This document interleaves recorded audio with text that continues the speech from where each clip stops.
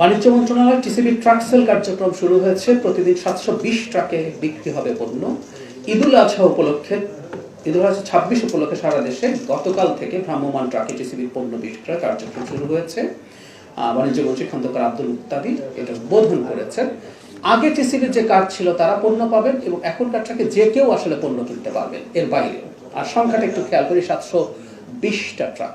আমি একটা কলামের কথা আমার মনে পড়ে, আওয়ামী লীগের সময় লিখেছিলাম যে কারণে টিসিবি ট্রাকের সংখ্যা 400, সেটা আমার মাথায় আছে, এই সংখ্যাটা 400 ছিল এবং আমি ওখানে ক্লেম করতে চেয়েছি সেই সরকার দরিদ্র বা নিরী মানুষের প্রতি মনোযোগী ছিল না। এখানে খেয়াল করুন, আমরা দ্বিগুণের মতো করেছি ট্রাকের সংখ্যা। আমি এরপরও বলবো যে এটা কি খুব যথেষ্ট? আমি মনে করি না এটা যথেষ্ট।